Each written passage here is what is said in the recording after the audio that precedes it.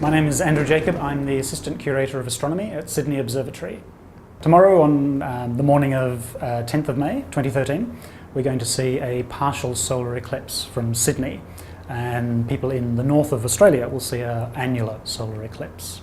Now, from Sydney's point of view, and from most of Australia's point of view, if you look towards the northeastern sky, you'll see the sun low in the northeast at about 7:50. Just about 7:50, you'll see a small bite taken out of towards the left-hand side of the sun. And over the course of the next hour or so, up until about 9 o'clock, that bite will become bigger and bigger.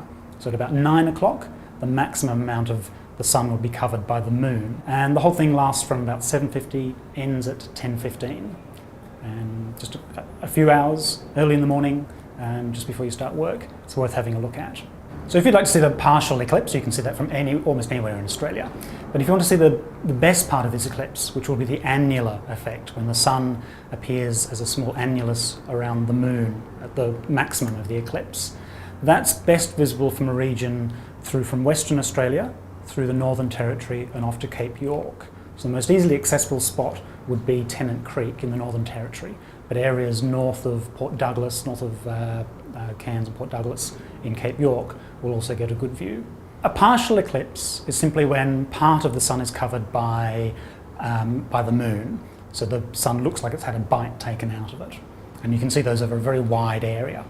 Much more interesting, much more fascinating, is when you're under the line where you would see the moon either totally cover the sun, in which case we would call that a total eclipse. And at that point the moon has covered the sun's bright face and just allows the corona, or the very outer layers of the sun, to shine past. And that's a really beautiful effect. That's something that you can view with your naked eye at that total point.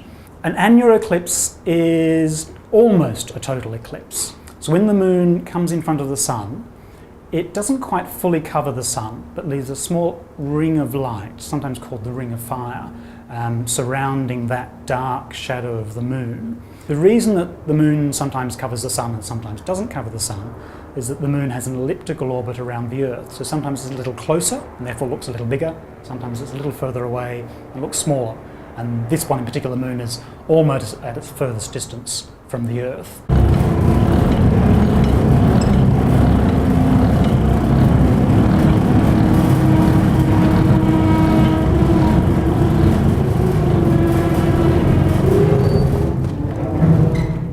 So eclipses in general are dangerous to look at, of course. It's dangerous to look at the sun. It can blind you or damage your eyes. So you need to use some sort of eye protection to view the sun at any time.